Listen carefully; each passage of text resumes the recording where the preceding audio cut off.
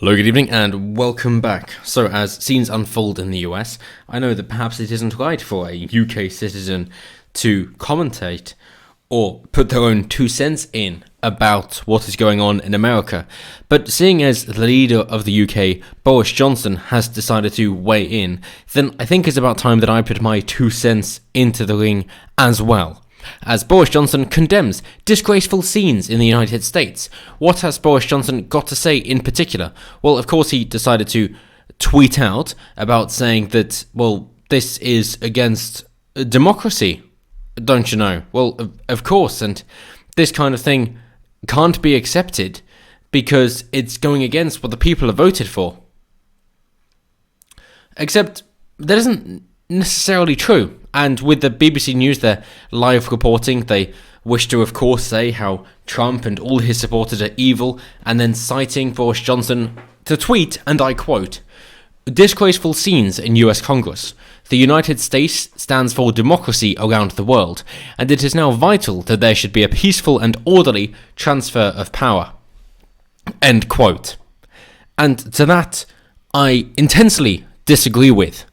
Because what makes you think, Mr. Johnson, that this is democratic? What makes you think that the United States stands for democracy around the world? What makes you think that this last election was actually democratic? Do you think that that is true, or are you just towing lines led by the so-called opposition, led by Sir Keir Starmer, and you are just parroting his messages?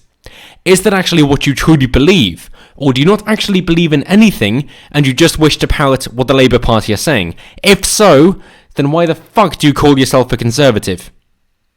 And of course, from the so-called British Broadcasting Corporation, which is supposedly not biased whatsoever, when they repeatedly reiterate that there is no evidence of fraud. And yes, this is definitely the video that will cause me trouble in the future, so I hope you're watching it soon after it goes up, otherwise it might not be here.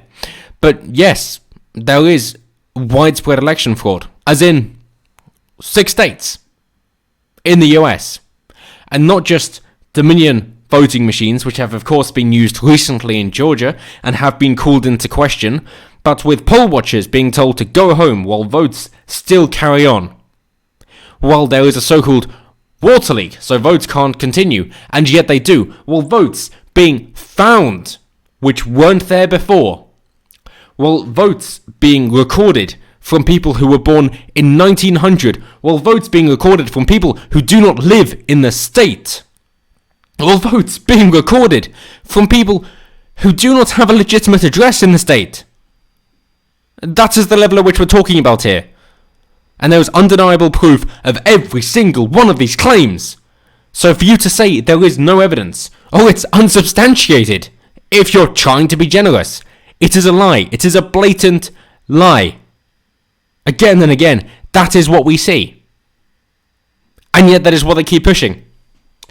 And so, bloody hell, do I miss people like Molly Yiannopoulos, Gavin McInnes, and Sargon of Akkad when he was, who would actually push these points back in 2015, 2016, and actually try to make this happen. When Reddit, 4chan, 8chan would actually try and push these points. And yes, you might think memes aren't worth much, but I agree with M. Lemon that memes were a deciding factor in the 2016 election. And yes, I do understand that people like Alex Jones being banned did not help at all, but that did not affect the individuals. And I think that, as bad as it is to say it, even in the UK, that we still have ourselves to blame for what has happened, of having not done enough, of having not pushed hard enough in order to try and make people aware of things like Kamala Harris indicting so many black people for a party which is supposed to support black people, for Joe Biden and his son Hunter Biden being so incredibly corrupt, with not only Burisma but also China using Air Force 2 when he was VP for his son to get a deal in China. It is these kinds of things that we've really got to push harder. And yes, it might be that they are too difficult to say elaborately, but in memes, that is where the difference can be made. There really is. We all say that the left can't meme, the left can't take a joke. They don't know how to make something that can run rampant and viral. But if we're not doing it, then what's the bloody point? If they can't, and we don't, then what's going to happen? We all know that the legacy media is against us. We all know that the establishment wishes to silence us. And we all know that the laws, as they are written, wish to censor our views. We know that. That is an undeniable fact. So what is it we're going to do about it? That is really the question. And, hey, however it goes down tonight, or today, in the US, because Trump does actually have legal standing, believe it or not just based on the incredibly substantiated, widespread voter fraud that cost him the election, and yes, I'm saying it outright, but also, just like Richard Nixon did in 1960, by certifying votes from Hawaii for Kennedy instead of himself, when he could have decided otherwise, Pence can do the same thing. Today. Right now. If he wants to. But does he have the balls to go through with it? Will the Republicans, will the right wing in America actually decide, no, this is too much, we're going to stand up to it? Because fuck knows what we're going to do over here. As the BBC report, UK MPs from across the political spectrum have criticised the events in the US. I mean, what standing have we really got? Aren't we supposed to have that special relationship? Well, I guess that's all out the fucking window now, because the UK MPs wish to support Joe Biden, who does not give a shit about the UK, because he calls himself Irish. So he wishes to resuscitate the IRA. And that's who you wish to support. What the fuck is wrong with you? Oh, what is it? Trying to reiterate the Great Reset? Is that it? And your whole rebuild slogan? It's bullshit. We do not agree with the Fourth Industrial Revolution. We do not care what Klaus Schwab has to say about it. We do not give a shit about what Matt Halfcock wishes to agree with him about. That is not what we're all about. That is not where the Enlightenment comes from. That is not where freedom, liberty, and the pursuit of happiness come from. But that is what they're pushing. And we will not accept this. And it really is that simple. And yet, all throughout UK MPs, that is the side of which they wish to take. They wish to side with somebody who is vehemently against them because they describe themselves as Irish instead, who wishes to associate with communists. That is who the British Conservatives wish to associate themselves with. In what world is that conservative or even remotely right-wing? Oh no, it is definitely the time for reclaim, reform, heritage, patriotic alternative, whatever it might be, it's definitely the time for them. Because the Conservatives are not pulling their weight in any ways whatsoever. And, on the off chance you don't believe me, well, how about we go through it? With Dominic Raab saying there was no justification for these violent attempts to frustrate the lawful and proper transition of power, while Home Secretary Priti Patel called the scenes unacceptable and undemocratic. Have you not been following Raab, Patel? Do you not know what has been happening over there? Because if you do not, then you better not be stating on it. And if you do know what the fuck's been happening, then why are you suggesting these things? Or do you just wish to hand it over to the communists? Is that it? Are you looking forward to the Great Reset? Is that your point? Because that's what it seems to be. You're the ignorant, in which case what the fuck are you doing in positions of power, and you better not be bloody commenting on what is happening across the pond, or you're malicious. They are your two options. So either don't comment, or stand up for what you believe in, and be fucking strike down for what you deserve. But Patel added, there is no justification for this violence, and Donald Trump must condemn it. Well, of course, Trump was saying, there's no place for violence, and go home. And before then, he was saying, well, why don't you come along? It's going to be a great time. Did he condone violence? Not at all. Has he condemned it? Absolutely. Every time. Entirely. Should he have condemned it every time? Well, hey. I suppose I can't comment on that. But that's down to you. And how important the Republic of America is. Because as it stands, if Biden takes power, with the Democrats controlling the House and the Senate, then it's gone. It really is. If you've seen what the Democrats are calling for, then they wish to end the US Constitution as it is understood. Free speech, they don't give a shit about because they care about hate speech. Second Amendment, right to keep and bear arms, they do not give a shit about because of, assault rifles, whatever the fuck that means. Oh yeah, the definitions change. And Fourth Amendment, the army shouldn't be in your home. They don't give a shit about that. They're using coronavirus for that. They really bloody don't give a shit about the Constitution. So if you care about the US Republic, then you do not want the Democrats gaining power. But what else? Former Secretary Jeremy Cunt. Well, we don't care, he's former. Labour's deputy leader, and it really does irk me that we should give a shit about what these shitweasels say. And yet we do. And you know why? It's because spineless Boris Johnson actually does what these people say. Yes, he's got the majority, an overwhelming majority. And yet, he's going to do what Labour say. So, we might as well see what they have to say. With Angela Rayner saying, "The violence that Donald Trump has unleashed is terrifying, and the Republicans who stood by him have blood on their hands. Has Donald Trump unleashed any violence? Not at all. Not in the slightest. Is he responsible? No. Has he condemned it at every opportunity? Yes, he has. And what are you going to paint on him next? Misogynism, xenophobia, racism? Has he condemned it all? 100%. And yet you will push this fucking narrative. And this is what we mean by misinformation, by fake news, by deception. Again and again and again.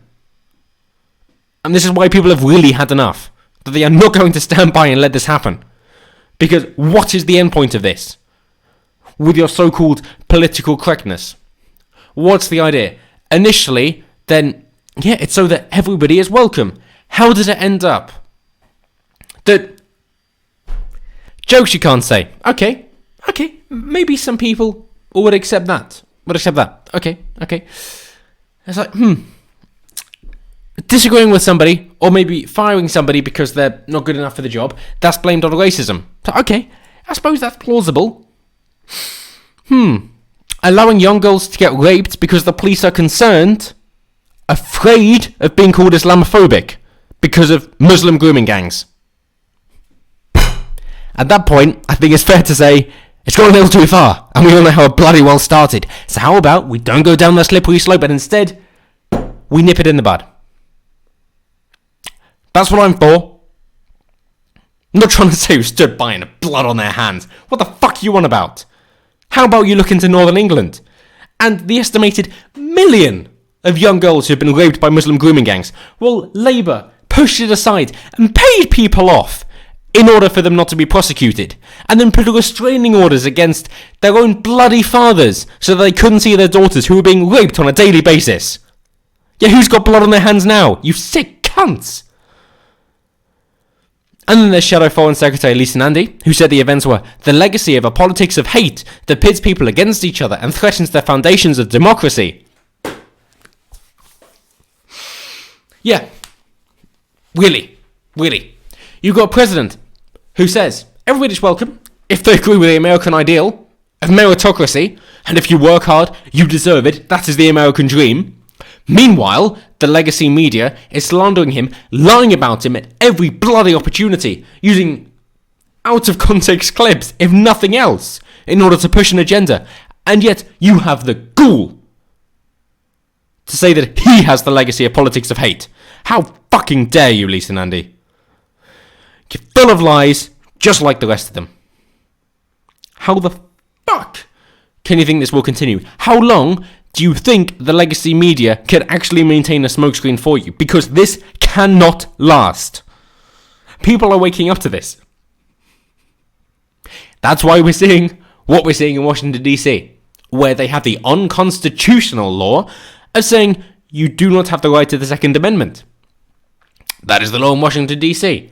Oh yeah, of course they got workarounds and things to try and make it constitutional in order to try and say, well, you've got to have a legitimate threat against you in order to have a firearm, and it's got to be a basic type, like, preferably a revolver instead of a semi-automatic gun, because don't you know they're terrifying, and even if you do have one, then you're limited to the magazine size.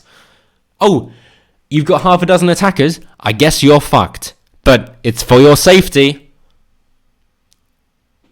That's what they're facing. And then in the UK, what have you got? Well, you got limitations on sizes of swords, 50 inches, unless, of course, they're traditionally made, but good luck affording one of them. You can't have firearms, of course, unless it's for hunting, but if it is, then you're not allowed to use it on people in any way whatsoever, otherwise you will be sued and go to prison. Crossbows are really your only alternative. Crossbows and maybe archery bows. But just for me, as a favour, if you've watched this long, then I would like to ask one more thing from you. Please do search on Google, Yahoo, Bing, DuckDuckGo, whatever you want, for katana, or European swords, or bows, or crossbows. Just try and search. Just try and access those websites, places like Blades UK. Just try. And let me know how you get on. Because I have tried using a multitude of search engines, and none of them will let me access buying options for any of these weapons. And yes, of course, they're decorative and not supposed to be for self-defense, and it's just sport, of course. Definitely. But we've seen the decline in self-defense in the UK and the US, as much as Trump has tried to fight it. And it seems similar in the UK, doesn't it?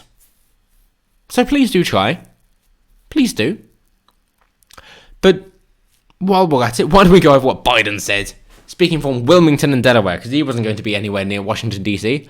No, because of course his inauguration on the 20th of January, as it is planned to be, but let's fucking hope it doesn't go through, is all going to be virtual, because he couldn't bring nearly the number of supporters that Trump could, even though apparently he's won more votes in the US compared to any president before him. Almost as if he was just carrying Obama over the line. Nobody fucking believes that. So, he said democracy was under unprecedented assault. Oh my god, he's finally coming clean. How did he go over the fraud that he did? He said, I call on President Trump to go on national television now to fulfill his oath and defend the Constitution and demand an end to this siege, he said. Oh my god, it sounds like Biden is forfeiting. Sounds like he's finally seen the light. How did he go on to admit his defeat and that he's been fraudulently lying this entire fucking time? He says, to storm the Capitol, to smash windows, to occupy offices on the floor of the United States Senate, rummaging through desks on the Houses of Representatives, threatening the safety of duly elected officials. It's not protest, it's insurrection. Oh, we were so close, weren't we, Joe? We were so close. We were so hoping that you'd have a moment of clarity through your battles with dementia, as you are obviously having, with saying it's, President-elect Kamala Harris, saying that you've put together the biggest voter fraud organization in US history, that this might be the time as well that you actually admit it. And you put it to tape yet again. Of course, nobody's going to run it, so good luck fucking finding it on the BBC. Oh, yeah. They're supposed to be unbiased, aren't they? Because they're a state broadcaster. And, Bojo was going to defund them. Wasn't he? He was. At some point. Yes. Was. But to be honest, I've lost faith in all of them. I really have. With old Joe Blow here, sorry, I suppose it's his son, his Hunter Blow, I suppose. I'm just saying what the video footage has shown, that they're all in the same boat, aren't they? They really are. So, where do we go from here? That is the question. I'm not the one calling for insurrection. Most certainly not. Because although we've seen clashes with the police and conservatives, the police do have the duty to uphold the law, to maintain law and order, and they do an invaluable service. And I'm ever so grateful for them. But if they instead wish to enforce unconstitutional or illegal mandates, or wish to go against every fibre of their being for the sole purpose of why they chose to serve and protect, then they're just corrupt police officers. They're bad as the rest. In which case, is what you would be doing resisting arrest, or is it just self-defense? I can't tell you which way it is, but I suppose that is one for you to wrestle with. And seeing as YouTube is going under, as are most of the other places that we converse on, I guess it's time to look for alternatives and maybe bring this into the real world. And hey,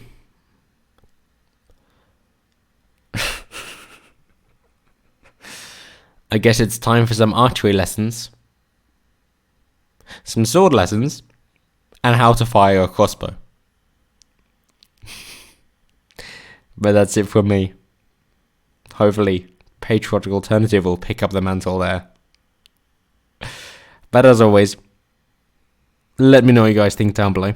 I know I ran over time a little bit, but this stuff happens. Always intrigued to hear what you guys have to say. And until next time, have a good one.